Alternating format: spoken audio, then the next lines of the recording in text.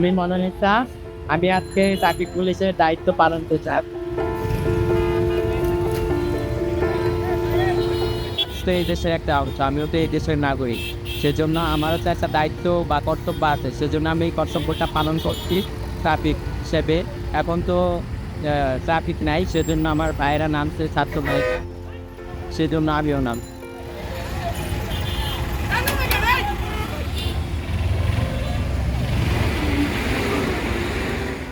মানুষ এখানে মনে হচ্ছে যে ভালো চোখে দেখছে, কারণ সবাই মানে গাড়িতে যাচ্ছে, পানি দিচ্ছে, মানে পাচ্ছে খাওয়ার জন্য। সবাই খুশি যে আমি এখানে ট্রাফিকের দায়িত্বটা পালন করতেছি।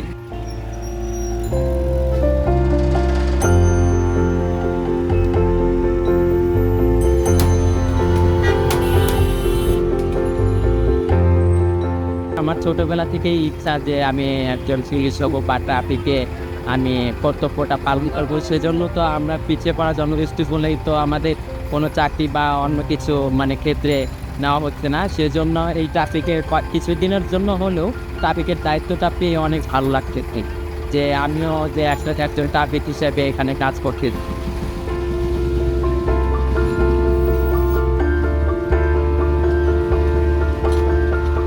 এ হাত পাততে গেলে না অনেকজনে অনেক কথা বলে, কারণ ওর তো হাত পাতে অনেকে বলে যে তিতিলের কিসের জন্য হাত পেতে খায়।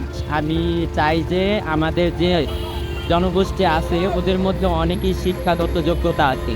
সেজন্য আমার মনে হয় যে ওদের যদি চাকরির আওতায় আনা যায় তাহলে দেশের একটা পরিবর্তন ঘটবে, আর মানুষ নিম্ন চোখে আমাদেরকে দেখতে দেয়।